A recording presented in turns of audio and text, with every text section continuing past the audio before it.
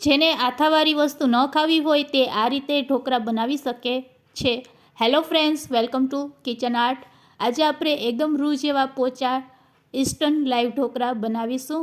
એકદમ ટેસ્ટમાં બેસ્ટ એવા આ ઢોકળા બનીને રેડી થશે। ખાતા ખ્યાલ પણ નહીં આવશે કે આ ઢોકળા આથા વગરના છે। એકદમ રૂ જેવા પોચા બનીને રેડી થશે। ફક્ત એક વાટકી ચોખામાંથી આજે આપણે આ ઢોકળા બનાવીશું। તો ચાલો ઝડપથી ઢોકળા કઈ રીતે બને છે તેની બધી ટ્રીક અને ટિપ્સ સાથે આજે આપણે આ ઢોકળા બનાવીશું। રેસીપી સારી લાગે તો લાઇક અને શેર કરજો।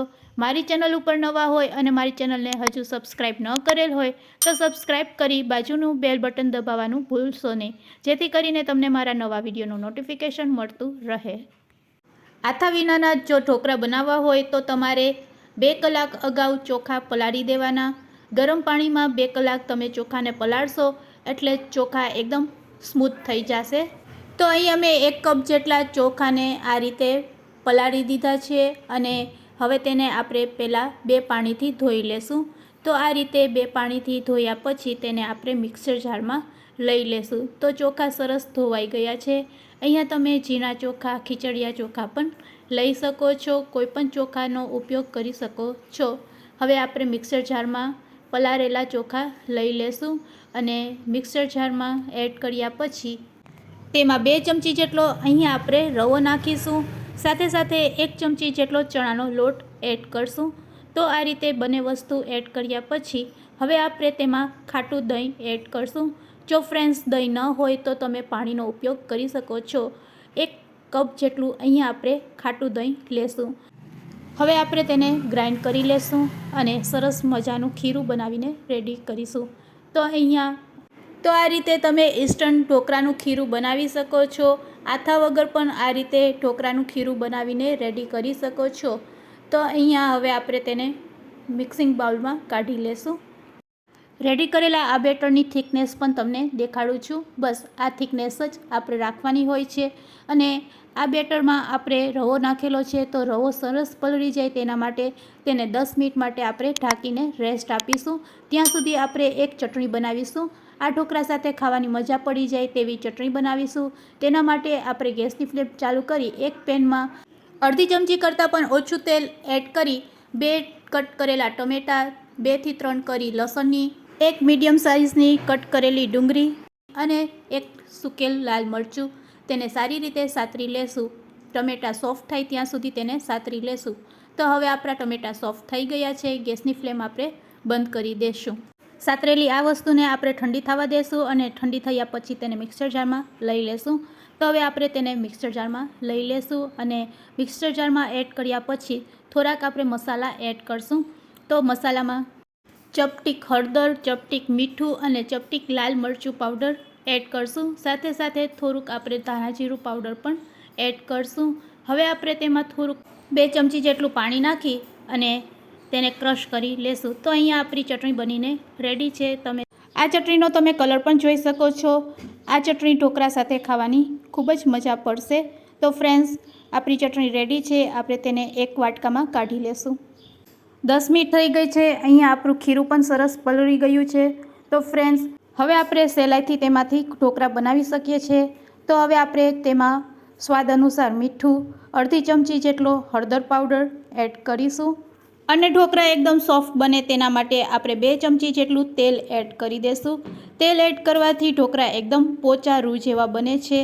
તો ફ્રેન્ડ્સ, આ આપણી એક સિક્રેટ વસ્તુ છે। જ્યારે પણ તમે ઢોકળા બનાવો ત્યારે તેલ ચોક્કસથી નાખવાનું। હવે તેમાં આપણે આદુ અને મરચાંની પેસ્ટ એડ કરશું। જો તમે બાળકો માટે બનાવતા હોય તો સ્કીપ પણ કરી શકો છો અને તીખાશ વધારે જોતી હોય તો 1 ચમચી જેટલા આદુ મરચાંની પેસ્ટ એડ કરી શકો છો। હવે બધી વસ્તુને આપણે સારી રીતે મિક્સ કરી લેશું। જો તમે ખાટા દહીંનો ઉપયોગ ન કરેલો હોય તો તમે અહીંયા લીંબુનો રસ પણ એડ કરી શકો છો। ઢોકળાનું સરસ બેટર રેડી થઈ ગયું છે ફ્રેન્ડ્સ, તમે જોઈ શકો છો। બસ હવે છેલ્લે આપણે તેમાં ઈનો એડ કરશું। આ રીતે બેટરને હલાવ્યા પછી હવે છેલ્લે આપણે તેમાં ઈનો એડ કરી દઈશું। તો અહીંયા આપણે 1 પેકેટ જેટલો ઈનો એડ કરશું। અહીંયા આપણે ખાવાની સોડા એડ કરવાની બદલે ઈનો એડ કરશું અને તેને એક્ટિવેટ કરવા માટે થોડુંક પાણી એડ કરશું। હવે આપણે મિશ્રણને સારી રીતે હલાવી લેશું। તો અહીંયા આપણું બેટર રેડી છે. રેડી કરેલા આ બેટરમાંથી હવે આપણે ઢોકળા બનાવીશું. તેના માટે આપણે જે પ્લેટમાં ઢોકળા બનાવવા હોય તે પ્લેટને આપણે સારી રીતે તેલથી ગ્રીસ કરી લેશું. અને તેલથી ગ્રીસ કર્યા પછી રેડી કરેલા બેટરમાંથી આપણે થોડુંક બેટર પ્લેટમાં એડ કરી દઈશું અને તેને ટેપ કરી લેશું. હવે આ ડીશમાં આપણે થોડોક લાલ મરચું પાવડર પણ સ્પ્રેડ કરીશું. તો અહીંયા આપણે આ રીતે 2 પ્લેટ તૈયાર કરીને રાખીશું. અહીંયા મેં અગાઉથી જ સ્ટીમરમાં પાણી ગરમ કરવા રાખી દીધું હતું, તો પાણી પણ આપણું સરસ ગરમ થઈ ગયું છે. બસ હવે આ પ્લેટને આપણે તેમાં સેટ કરી દઈશું અને ઉપરથી તેને ઢાંકી દઈશું. બંને પ્લેટને સારી રીતે આપણે સેટ કરી દઈશું. બીજી પ્લેટમાં આપણે ઉપરથી આ રીતે લાલ મરચું પાવડર સ્પ્રેડ કરીશું. હવે તેને ઉપરથી ઢાંકી દઈશું અને 5 થી 7 મિનિટ માટે હાઈ ફ્લેમ ઉપર તેને પકાવીશું. 5 થી 7 મિનિટમાં સરસ આપણા ઢોકળા બનીને રેડી થઈ જશે. તો 5 થી 7 મિનિટ થઈ ગઈ છે. તો હવે આપણે ઢોકળાને ચેક કરી લેશું. વાવ ફ્રેન્ડ્સ, તમે જોઈ શકો છો એકદમ સરસ આપણા ઢોકળા બનીને રેડી છે. આ રીતે આથા વગર પણ તમે આ ઢોકળા બનાવી શકો છો. એકદમ ટેસ્ટમાં બેસ્ટ બનશે અને ખ્યાલ પણ નહીં આવશે કે આ ઢોકળાને આપણે આથો નથી આપેલો. તો આથા વગર પણ આ રીતે તમે ઢોકળા બનાવી શકો છો અને ગેસ્ટ આવે ત્યારે પણ તેને ખવડાવી શકો છો. તો ફ્રેન્ડ્સ, અહીંયા આપણા લાઈવ ઢોકળા બનીને રેડી છે, જે ઝટપટ બની જાય છે અને હેલ્થ માટે પણ બેસ્ટ છે. તો જે લોકો આથાવાળી વસ્તુ નથી ખાતા તે લોકો આ રીતે ઢોકળા બનાવીને એન્જોય કરી શકે છે. તો દાળ ચોખા પલાળવાની ઝંઝટ વગર આ રીતે તમે ઇન્સ્ટન્ટ લાઈવ ઢોકળા બનાવી શકો છો. એકદમ રૂ જેવા પોચા આ ઢોકળા બનીને રેડી થાય છે. તો ફ્રેન્ડ્સ, તમે જોઈ શકો છો આપણા એકદમ રૂ જેવા પોચા ઢોકળા બનીને રેડી છે. આ ઢોકળાને તમે તેલ સાથે પણ ખાઈ શકો છો. તો ફ્રેન્ડ્સ, આજની આ રેસીપી કેવી લાગી તે મને કમેન્ટ્સમાં જરૂરથી કહેજો. રેસીપી સારી લાગી હોય તો ફ્રેન્ડ્સ, મિત્ર અને ગ્રુપમાં જરૂરથી શેર કરજો. Thanks for watching. ફરી મળીશું એક નવી રેસીપી સાથે.